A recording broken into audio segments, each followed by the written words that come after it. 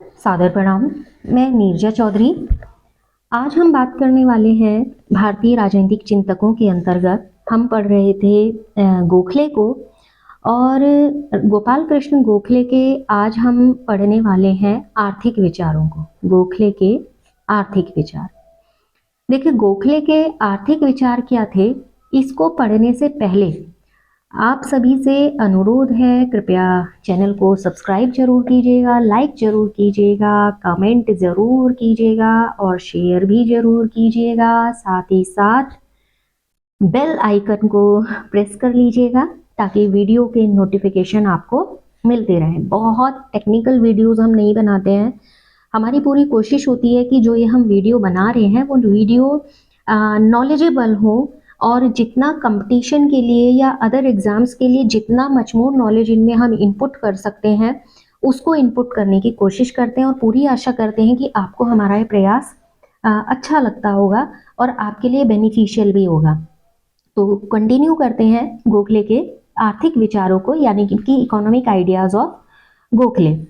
गोखले हमने पढ़ा कि वो एक ऐसे व्यक्ति थे जो एक तरीके का समन्वय चाहते थे। वो ब्रिटिश राज्य की नाराजगी नहीं चाहते थे, उनकी अवहेलना नहीं करना चाहते थे, और लोगों को भारत सेवा संघ के माध्यम से उन्होंने ये बताने की चेष्टा की थी कि हमें ब्रिटिश साम्राज्य का विरोध नहीं करना है। हमें ब्रिटिश साम्राज्य की जो हमारी जो पाश्चात्य शिक्षा है वो शिक्षा भारत के संदर्भ में एक वरदान स्वरूप है। तो बहुत सारी चीजें थी जो गोखले के हमने राजनीतिक विचारों को और जनरली पढ़ा हमने। तो गोखले क्या थे, विषय की अगर बात करें तो गणित में रुचि रखते थे, गणित उनका प्रिय विषय था। फिर उन्होंने जब भारत का अध्ययन कर रहे हैं, राजनीति में आने के लिए उन्होंने किसी तरीके का पद को नहीं स्वीकारा है, किसी तरीके के सम्मान को नहीं स्वीकारा है, और उन्होंने राजनीति को केवल सेवा के भाव से ही अपनाया है। तो उनका ध्यान जाता है भारत की आर्थिक स्थिति पर। जब आर्थिक स्थिति पर उन्होंने चिंतन किया तो इस संदर्भ में उन्होंने भारत की आर्थिक स्थिति का बड़ी गहनता के साथ अध्ययन किया है। ठीक है, और जब ये अध्ययन किया तो उस अध्ययन का जो भी निष्कर्ष निकाला वो निष्कर्ष हमेशा उन्होंने तर्कपूर्ण निष्कर्ष दिया। मतलब लॉजिकल थी बातें उनकी, और उन लॉजिक्स को उन्होंने समझाया बहुत बेहतर तरीके से। वो ये कहते हैं कि भारत, ऐसा मानते थे कि भारत क्या है, एक गरीब देश है, यानी कि एक निर्धन देश है। ठीक है, और उसकी जो गरीबी का कारण है, उसकी गरीबी का कारण है जो अंग्रेज हम पर शासन कर रहे हैं, उन अंग्रेजों की जो प्रशासन है वो, और दूसरा जो उनकी सेना पर जो बहुत सारा खर्चा हो जा रहा है, बहुत सारा धन जा रहा है। तो जो ये यहाँ की राष्ट्रीय आय हो रही है, ठीक है, नेशनल इनकम जो हो रही है, वो राष्ट्रीय आय का बंटवारा बड़े असमान तरीके से हो रहा है। मतलब एक बहुत बड़ा हिस्सा उसका कहाँ चला जा रहा है, अंग्रेजी प्रशासन व्यवस्था को सुचारू बनाने में, और जो अंग्रेजी सेना है उसको बहुत सारी जो जरूरतें हैं उनको पूरा करने में ये बहुत बड़ा हिस्सा यहाँ पर चला जा रहा है। तो वो कह रहे हैं कि जो हमारी नेशनल इनकम है, वो नेशनल इनकम को जो एक सही तरीके से डिवाइड होना चाहिए वो सही तरीके से डिवाइड नहीं हो रही है, उसका डिवीजन गलत हो रहा है। ठीक है, उन्होंने कहा कि अगर हमें भारत की स्थिति सुधारनी है, भारत को आर्थिक रूप से मजबूत करना है और भारत को निर्धनता से बचाना है, तो हमें इसकी नेशनल इनकम यानी इसकी जो राष्ट्रीय आय है उस राष्ट्रीय आय के बंटवारे को समान रूप से रखना होगा। ठीक है, यानी ये राष्ट्रीय आय का बंटवारा केवल एक ही जगह पर नहीं जाए, या राष्ट्रीय आय जो खर्च हो रही है वो केवल एक ही जगह पर खर्च ना हो, उसका वितरण क्या हो, समान तरीके से हो। और इस समान तरीके से जब ये बंटवारा होगा तो इसका लाभ किसको पहुंचेगा, भारत को पहुंचेगा, यानी कि देश को पहुंचेगा। और इसी संदर्भ में उन्होंने बार बार अपील की कि वो प्रशासन और सेना पर जो खर्चे हो रहे हैं उस खर्च को कम किया जाए और एक संतुलन बनाया जाए आय में और व्यय में। वो हमेशा ये बात कहते रहे कि आय और व्यय के बीच जब तक संतुलन नहीं होगा तब तक भारत की स्थिति सुधरेगी नहीं, भारत एक निर्धन देश की ही कैटेगरी में रह जाएगा। तो इस संदर्भ में उन्होंने दो बहुत मुख्य बातें कही थी। एक तो वो ये चाहते थे कि जो कृषि की उन्नति, जिस बिंदु के अंतर्गत हम पढ़ रहे हैं, यानी कृषि की उन्नति, यानी एग्रीकल्चरल प्रोग्रेस। अब गोपाल कृष्ण गोखले कहते हैं कि भारत के जो किसान हैं वो बहुत ज्यादा दुखी हैं, ठीक है, उनकी स्थिति जो है बहुत ज्यादा दयनीय है, वो बहुत मेहनत करते हैं, अपने खेतों में लगे रहते हैं, लेकिन जो कृषि है उनकी, उसकी दशा बहुत ज्यादा पिछड़ी हुई है, जो उसमें प्रोग्रेस होनी चाहिए वो प्रोग्रेस नहीं हो रही है।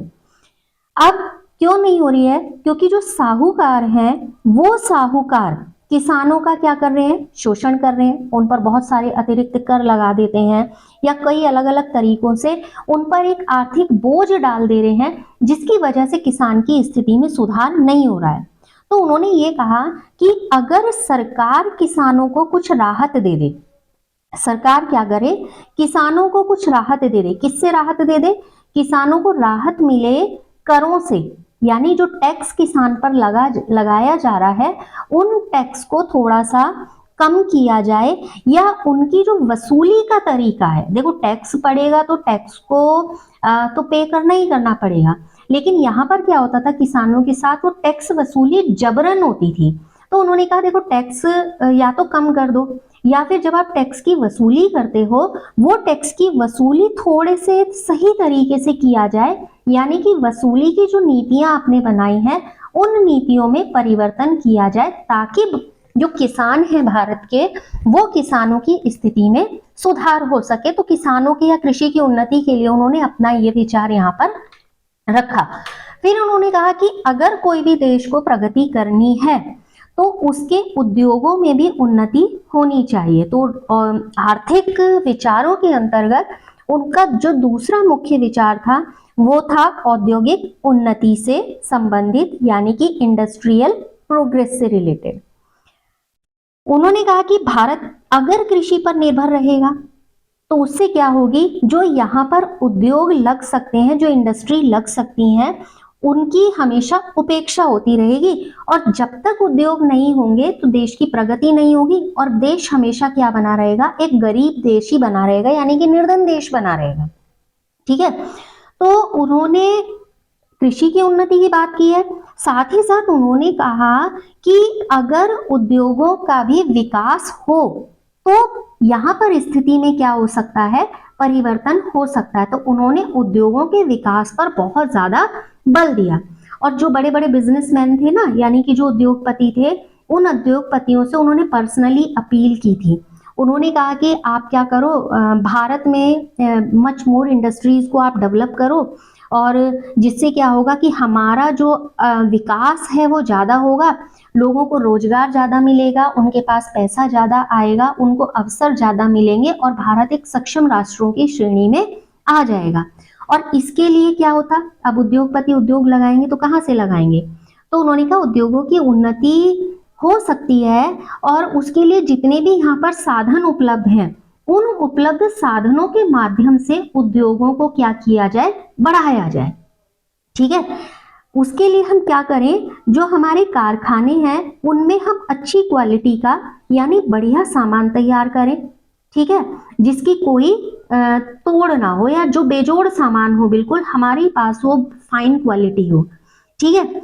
दूसरा क्या हो सकता है, हमने सामान तो तैयार कर दिया, अब उसके लिए हमें कोई ना कोई खरीदार चाहिए होगा, तो हम क्या करें, विदेशों में मंडियां स्थापित करें, ताकि हमारा सामान विदेशों में बिक सके या वहां तक जा सके। वहां पर मंडियां स्थापित की जाएं, ताकि जो हम यहाँ पर अपने सामान तैयार कर रहे हैं तो उस सामान के लिए खरीदार भी हमारे पास हो। तो उद्योगपति जो थे उनको जब ये सुझाव दिया गया तो काफी हद तक उन्हें समझ में आ गया, और फिर उनके साथ एक और ये कहा गया, जैसे हमने कहा कि वो ये चाहते थे इससे जो शिक्षित वर्ग है उसको रोजगार मिलेगा, आय के स्रोत बढ़ेंगे, और ज़्यादा से ज़्यादा लोग इसमें शामिल होंगे। तो भारत में जो बेरोजगारी रोज के रोज बढ़ रही है, ये बेरोजगारी की समस्या भी हमारी हल हो जाएगी, और बहुत सारी समस्याओं का समाधान हमारे पास आ जाएगा, ठीक है।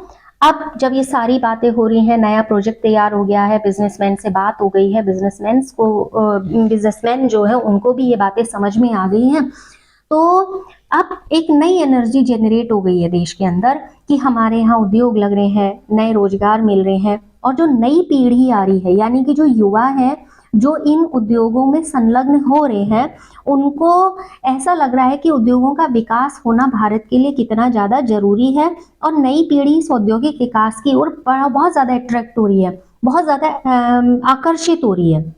ठीक है, बहुत तरीके थे जब गोखले ने सरकार पर दबाव डाला कि भारत की आर्थिक स्थिति को किस तरीके से सुधारा जा सके। बहुत सारे उनके सुझाव यहाँ पर उन्होंने दिए।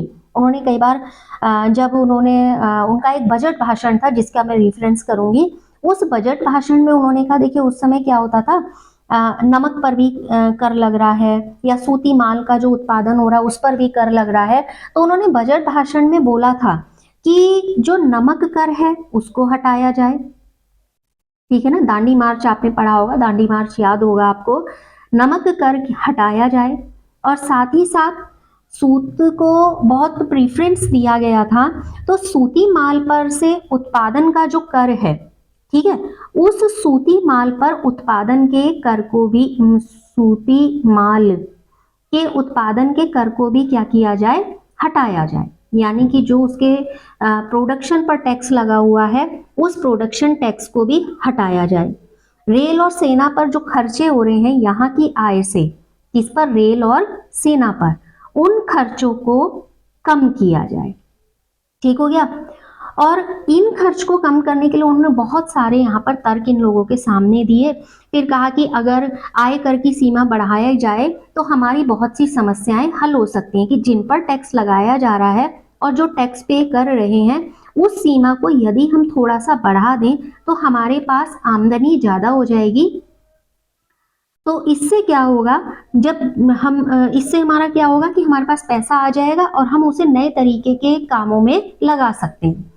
एक रेफरेंस है यहाँ पर 1907 का एक बजट भाषण है, और इस बजट भाषण में उन्होंने उस बात का विरोध किया जिसमें अंग्रेजों ने स्वर्ण मुद्राओं को शुरू करने का, यानी कि गोल्ड कॉइन की बात की थी। तो इन स्वर्ण मुद्राओं को शुरू करने का उन्होंने विरोध किया। उन्होंने कहा कि स्वर्ण मुद्रा क्यों शुरू की जाए, इससे तो भारत को नुकसान होगा, करने का विरोध।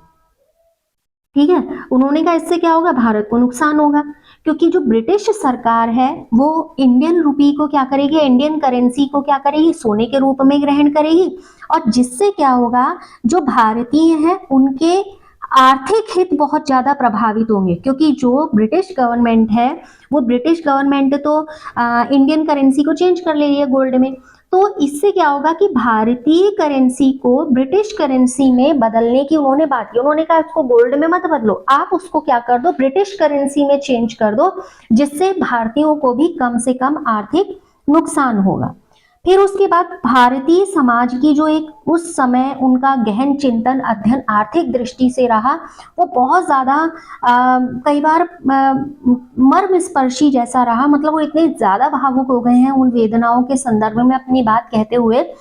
उन्होंने कहा एक बार कि मी लॉर्ड, एक वेदनात्मक सत्य ये है, वेदनात्मक, अब वेदनात्मक शब्द समझ रहे हैं कि अंदर से कितनी पीड़ा रही होगी जब उन्होंने अपनी बात को रखा। उन्होंने कहा कि हमारे 10 में से केवल 9 ही बालक ऐसे हैं जो अंधेरे में शिक्षा ग्रहण कर रहे हैं, और इन 10 में से केवल एक बालक ऐसा है जिसे शिक्षा का उजाला प्राप्त हो रहा है। बाकी हमारे 9 बच्चे क्या हैं, अंधेरे में हैं, अज्ञानता में पढ़ रहे हैं या वहीं पर पल रहे हैं, उन्हें ज्ञान या शिक्षा का कोई भी साधन उपलब्ध नहीं हो रहा है। तो 90% जो हमारा चाइल्ड है वो तो शिक्षा ले ही नहीं पा रहा है, तो कैसे हम आगे भविष्य के लिए अच्छे सपने देखें। फिर वो अपनी बात को आगे बढ़ाते हैं, वो कहते हैं कि मान लीजिए हमारे पास 5 गांव हैं, और उन 5 गांवों में से 4 गांव ऐसे हैं जिनमें कोई भी स्कूल नहीं है। जब स्कूल नहीं है तो शिक्षा गांव तक पहुंचेगी कैसे। ठीक है। तो भारतीय नागरिक से ब्रिटिश जो साम्राज्य है उसमें बार बार एक कंप्लेन उनके द्वारा की जाती है कि ब्रिटिश साम्राज्य उनसे दोयम दर्जे के नागरिक की तरह व्यवहार कर रहा है, यानी द्वितीयक नागरिक की तरह समानता से व्यवहार नहीं कर रहा है। ठीक है, तो एक समान व्यवहार की भी वो यहाँ पर बात कहते हैं। फिर वो कहते हैं कि अगर मान लीजिए ब्रिटिश नागरिक और जो हम यहाँ पर उपनिवेश में रहने वाले जितने भी लोग हैं, अगर उनको भी उच्च नागरिकताओं से विभूषित कर दिया जाए, तो भारत संसार का एक ऐसा अकेला देश हो सकता है जो उपनिवेशवाद में भी अपनी पूरी तरीके से भागीदारी निभाए, यानी कि देश की सुरक्षा का उत्तरदायी में भागीदारी नहीं बनाए जाते हैं, उनको क्या कर दिया जाता है, किसी भी तरीके की सुविधाओं से वंचित कर दिया जाता है। तो जिस वजह से मृत्यु दर है या प्लेग है या अकाल है, इनकी वजह से बहुत ज्यादा मृत्यु हो रही है। ठीक है, और जो जन्म दर है यानी बर्थ रेट है, वो आंकड़े प्रस्तुत कर रहे हैं, वो जन्म दर भी लगातार क्या हो रही है, गिर रही है। तो संसार में कोई ऐसा देश नहीं है जहां योग्य, शिक्षित और जो क्या कहना चाहिए इंटेलिजेंट युवा हैं या नागरिक हैं, उनको किसी भी अच्छे दायित्व से दूर रखा जाए। देखिए वो ये कहते हैं अगर वो योग्य है तो आप उसकी योग्यता के अनुसार उसको दायित्व दीजिए। अगर हमें फिर से वो बात को आगे बढ़ाते हैं, कहते हैं कि मिलॉर्ड, हमारा जितने भी हाई लेवल के पोस्ट हैं उनसे अलग अगर हमको रखा जाएगा तो ये सही नहीं है, और विशेष सेवा विभागों में भी हमारी जो स्थिति है वो बहुत दोयम दर्जे की यानी कि निम्नतर बनी हुई है। ठीक है, बहुत सारे आंकड़े देते हुए उन्होंने ये कहा कि लगभग 30 मार्च का एक और रेफरेंस है यहाँ पर, 30 मार्च 1904 का एक बजट भाषण 1904 में भी दिया गया उनके द्वारा। उसमें कहते हैं कि भारत जैसा निर्धन देश है और यहाँ का जो नागरिक है हमेशा क्या कर रहा है, बोझ से दबा हुआ है, वो कष्टों में है, वो लगातार आपत्तियों का या बाधाओं का सामना कर रहा है, और जिसकी वजह से उन पर आपके द्वारा यदि कम से कम भार डाला जाए तो ये बहुत ही उचित होगा। सार्वजनिक भार की वो बात करते हैं यहाँ पर कि जो उन पर जो सार्वजनिक भार डाला जा रहा है अगर वो कम से कम हो तो बहुत ज्यादा अच्छा होगा। तो आर्थिक दृष्टि से देखें, वो एक चीज और यहाँ पर कहते हैं कि जैसे हम रेल का खर्चा बढ़ा रहे हैं, यहाँ पर रेल में हमारा क्या हो रहा है, पेमेंट हो रहा है। तो जो रेल में पेमेंट हो रहा है, तो रेल ये भारतीयों के लिए लाभदायक है ये जरूरी नहीं है, ये ब्रिटिश सरकार के लिए ज्यादा लाभदायक है, वो अपने लाभ के लिए इसका विस्तार कर रहे हैं, वो भारतीयों के लिए विस्तार नहीं कर रहे हैं, क्योंकि प्रॉपर तरीके से उनको मंडियां नहीं मिल पा रही हैं। जब वो सामान, अगर देखिए जो भारतीय उद्योग था ना, उस भारतीय उद्योग के साथ एक समस्या और ये थी कि जो इंग्लैंड जैसी कंपनियां हैं, यानी कि इंग्लैंड में जो कंपनियां हैं उनके पास जो भी माल है वो माल बहुत ज्यादा फाइन क्वालिटी का है, बिकॉज उनके पास टेक्नोलॉजीज अच्छी हैं, उनके पास मशीनें बहुत अच्छी हैं, और उस समय भारतीयों के पास वो मशीनें नहीं थी।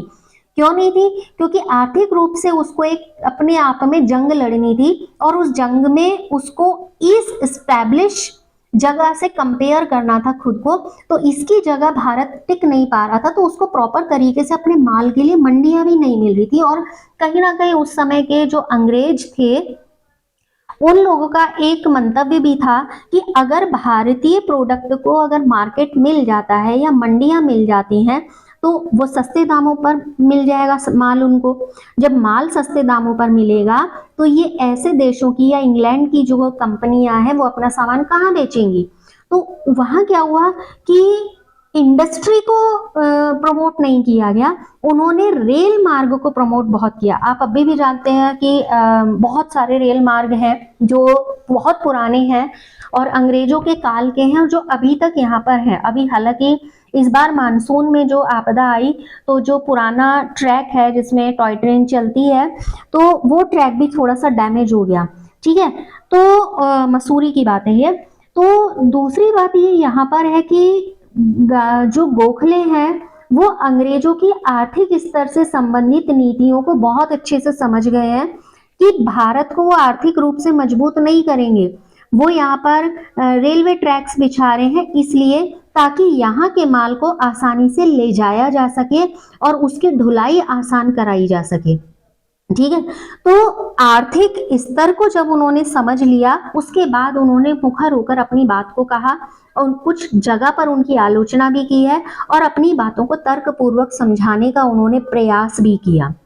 फिर इसी रिफरेंस में क्या होता है, बहुत जब आर्थिक विचार के संदर्भ में दो मुख्य बिंदु थे जिसमें हम औद्योगिक उन्नति और जो उनकी कृषि के संबंध में उन्नति की बात हुई वो हो रही।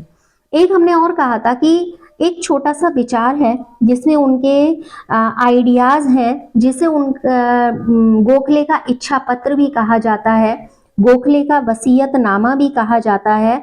और ये क्या था, एक योजना थी गोखले के द्वारा तैयार की हुई जिसको वसीयतनामा या इच्छा पत्र नाम दिया गया।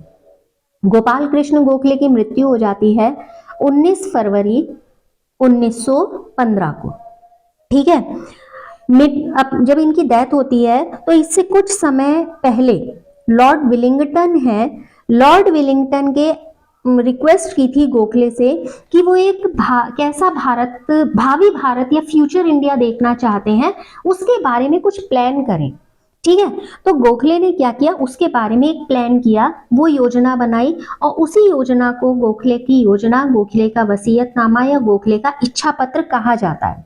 उन्होंने इसमें शासन से संबंधित कुछ बातों को स्पष्ट किया था और जो शासन संबंधी बातें थी वो कई बिंदुओं में है, मतलब 4-5 मुख्य बातें हैं जिसमें उन्होंने इस वसीयतनामे का हिस्सा जिसको उन्होंने बनाया। पहला यहाँ पर क्या था कि वो ये कहते थे या उनका ये विचार था या ऐसी कल्पना थी कि जो प्रांतीय प्रशासन है उसका एक मुखिया होना चाहिए और उसका मुखिया कौन हो, राज्यपाल। ठीक है, और इसकी नियुक्ति कौन करे, इसकी नियुक्ति करे इंग्लैंड।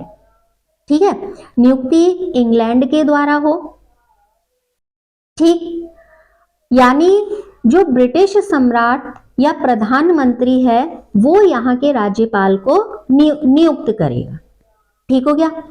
दूसरा उन्होंने ये कहा कि जो राज्यपाल बनाया जाएगा उस राज्यपाल की कार्यकारिणी परिषद भी होगी।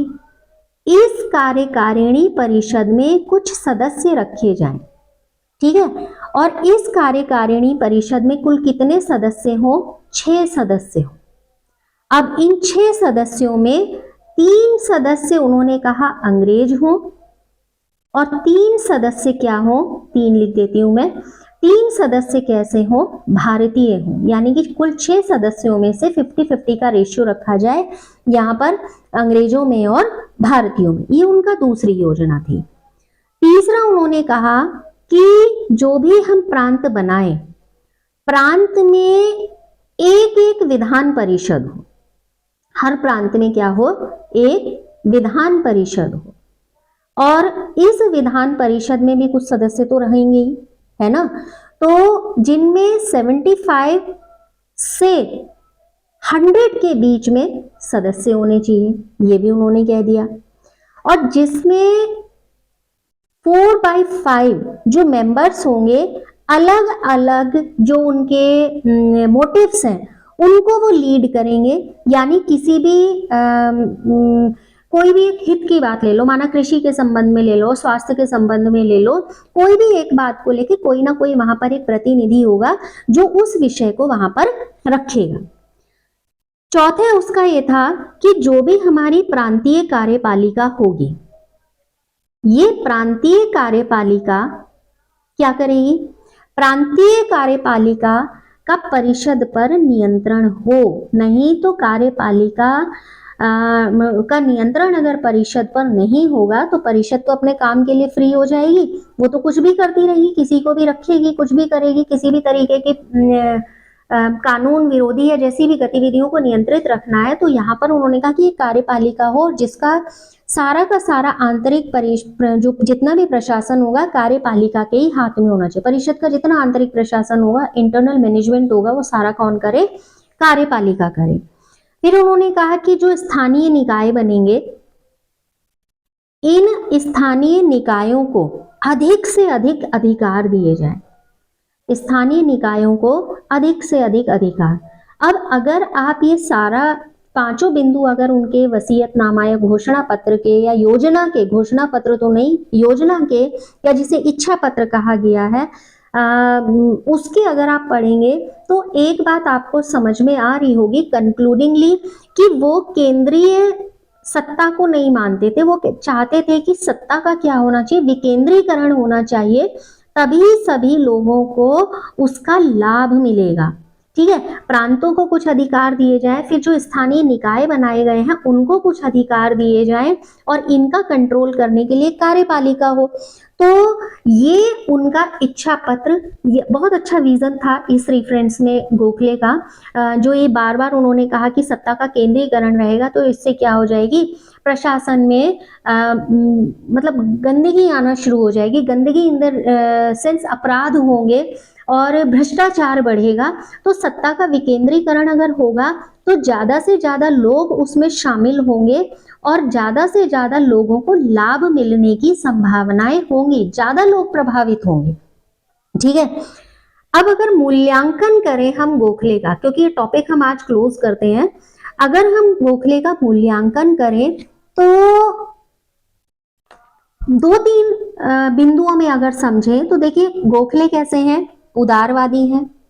वो ये कहते हैं कि हमें कोई भी लक्ष्य प्राप्त करना है, कोई भी उद्देश्य की पूर्ति करनी है तो हमें आदर्श साधन के साथ उस उद्देश्य की पूर्ति करनी है, यानी कि साधन हमारा पवित्र हो, उस साधन के साथ हमें उसकी मतलब पूर्ति करनी है। कई बार उनका जो दृष्टिकोण आता है, यानी जो उनका विजन है वो कैसा है, यथार्थवादी है। ठीक हो गया, रियलिस्टिक है। और कई बार उन्होंने यथार्थवाद और एक आदर्शवाद को, जैसे कि हमारे जो भी साधन अपने उद्देश्यों को पूरे करने के लिए प्रयुक्त हो वो पवित्र हो, तो उनके विचारों में हम यथार्थवाद का और आदर्शवाद का दोनों का मिक्स देखते हैं, यानी कि घालमेल देखते हैं, और वो बड़ा सुंदर सा घालमेल हमें दिखाई देता है। क्योंकि एक और वो ये कहते हैं कि हमें अपने उद्देश्य पूरे करने हैं, क्योंकि हमारा उद्देश्य क्या है, जैसे स्वतंत्रता होना हमारा उद्देश्य है, तो हमें अपने उद्देश्य पूरे करने, ठीक है, लेकिन आदर्श स्थिति क्या थी कि उन उद्देश्यों की पूर्ति के लिए हम अंग्रेजी साम्राज्य के शत्रुओं से गठजोड़ ना करें, उनके साथ मित्रता ना करें, और हम ऐसे साधन प्रयोग करें जिससे हमारे सही उद्देश्यों की पूर्ति हो सके। हमें ऐसा ना लगे कि हमने गलत साधनों का प्रयोग किया। फिर यहाँ पर जो ब्रिटिश राज्य है उसके साथ वो एक संयम का व्यवहार करते हैं। कई बार उनकी बहुत सारी चीजों को उन्होंने प्रोत्साहित किया कि जैसे वो पाश्चात्य शिक्षा को भारत के लिए एक वरदान के तरीके से कहते हैं, और बहुत सारे उन्होंने देशवासियों के संदर्भ में अलग अलग मांग की। जैसे आज हमने राजनीतिक विचार आर्थिक विचार उनके पढ़े, तो उन आर्थिक विचारों के रेफरेंस को अगर यहाँ पर ऐड ऑन करूं तो वो ये कहते थे कि भारत का आर्थिक रूप से सुदृढ़ होना बहुत ज्यादा जरूरी है, अनावश्यक कर हटाना बहुत ज्यादा जरूरी है। तो देशवासियों के लिए उन्होंने समय समय पर बहुत सारी मांग की और बहुत सारी बातों को लेकर उनकी आलोचना भी की है। तो हॉलैंड है, हॉलैंड ने क्या किया है, अगर इनका मूल्यांकन करने का काम हॉलैंड के दृष्टि से देखा जाए तो ये लिखते हैं कि नैतिक स्तर यदि गोखले का देखा जाए तो बहुत ज्यादा ऊंचा है। वो हमेशा क्या करते हैं, नैतिकता की बात करते हैं।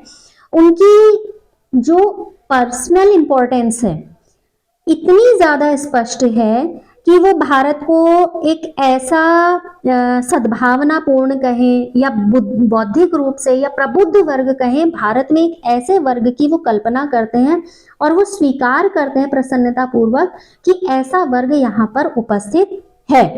ठीक है, तो जो गोखले का उदारवादी दृष्टिकोण है या जो यथार्थवादी उनके विचार हैं, आदर्शवादी विचार हैं, उन विचारों का मार्ले मिंटो सुधारों पर बहुत ज्यादा हम प्रभाव देखते हैं। ठीक है, मार्ले मिंटो सुधार किसी दिन डिटेल में पढ़ेंगे। तो मार्ले मिंटो सुधार के संदर्भ में जो उनकी गोखले के द्वारा सलाह दी गई उनको बहुत माना गया। ठीक है। जो कारागार में श्रम थी, श्रम का एक टाइम होता था कि जेल हो गई है लोगों को, तो उनको वहां पर बहुत मेहनत करनी पड़ती थी। तो उस संदर्भ में गोखले के प्रयास से ही वो जो एक दासता वाला या बंदी वाला जो एक युग था, जिसमें जेल में या कारागार में श्रम की दासता जिसको कहा गया, वो वाला युग खत्म हुआ। और हर साल बजट भाषण होते थे, हर साल बजट भाषणों में सिफारिशें होती थी। और सरकारी सेवाओं के संदर्भ में यहाँ पर मॉन्टेग्यू चेम्सफोर्ड सुधार की बात करना बहुत जरूरी है, क्योंकि जब मॉन्टेग्यू चेम्सफोर्ड सुधार हुए थे तो उसका बहुत कुछ अंश सरकारी सेवाओं के, भारतीय मॉन्टेग्यू चेम्सफोर्ड का जो सुधार था उसका कुछ अंश प्राप्त हो गया था, जिसके लिए प्रयास गोखले के द्वारा किए गए थे। और उनके इस संदर्भ में ये प्रयास बहुत ज्यादा सफल हुए थे। ठीक है, वो बात करते हैं राजनीति के आध्यात्मिकरण की। और गांधी जी उनके आध्यात्मिकरण से बहुत ज्यादा प्रभावित है। जब गोखले की मृत्यु हो जाती है तो उन्होंने भारत सेवा संघ के सदस्यों से उस समय कहा था कि एक जीवन कथा के लिखने और या किसी एक प्रतिमा को जब हम स्थापित करते हैं तो उसमें तुम अपना टाइम वेस्ट मत करना, ठीक है, बल्कि अपनी पूरी आत्मा को निचोड़ देना भारत की सेवा में। ठीक है, जब तुम भारत माँ के सेवक कहे जाओ या देश के सेवक कहे जाओ तो तुम एक बात ध्यान में रखना कि तुम्हारी निष्ठावान सेवकों में गणना हो, तो तुम्हें ऐसा बनना है। ठीक है, तो ये था जो गोपाल कृष्ण गोखले है उनका अलग अलग रेफरेंस में मूल्यांकन। जैसे गांधी जी कहते हैं कि वो एक ऐसे आदर्श चरित्र है, वो खुद ही धर्ममय है और मैं उनके अगर गुणों का एक अंश भी प्राप्त कर लूं तो मैं धन्य हो जाऊंगा और मैं आध्यात्मिक हो जाऊंगा और मैं पूरे जीवन को आध्यात्मिक बनाना चाहता हूँ। लॉर्ड कर्जन भी बोलते हैं उनके बारे में। लॉर्ड कर्जन ने कहा कि जो गोखले हैं वो असाधारण योग्यताओं के धनी हैं। उनके पास ऐसी योग्यताएं हैं कि वो किसी को भी प्रभावित कर सकते हैं और अपनी बात बता सकते हैं। और उन्होंने इन अपनी सभी असाधारण योग्यताओं का जो लाभ दिया वो किसको दिया? अपने देश को दिया। तो ये था गोपाल कृष्ण गोखले के विचार, उनका मूल्यांकन, उनका वसीयतनामा। आर्थिक और राजनीतिक दोनों विचार हम पढ़ चुके हैं। इसमें एक छोटा सा टॉपिक बाद में लेंगे, वो हम लेंगे तब जब हम लोकमान्य बाल गंगाधर तिलक को पढ़ लेंगे, जिसमें गोखले और तिलक के विचारों को हम कंट्राडिक्टरी वे से पढ़ेंगे। तो फिलहाल आज के वीडियो में इतना ही। आप इन्फोनी कॉर्नर के साथ बने रहें, वीडियोस देखते रहें, शेयर करते रहें और हमें मोटिवेट करते रहें। इन्हीं अपेक्षाओं के साथ आप सभी लगातार साथ बने रहें। आप सभी का बहुत बहुत बहुत बहुत बहुत धन्यवाद।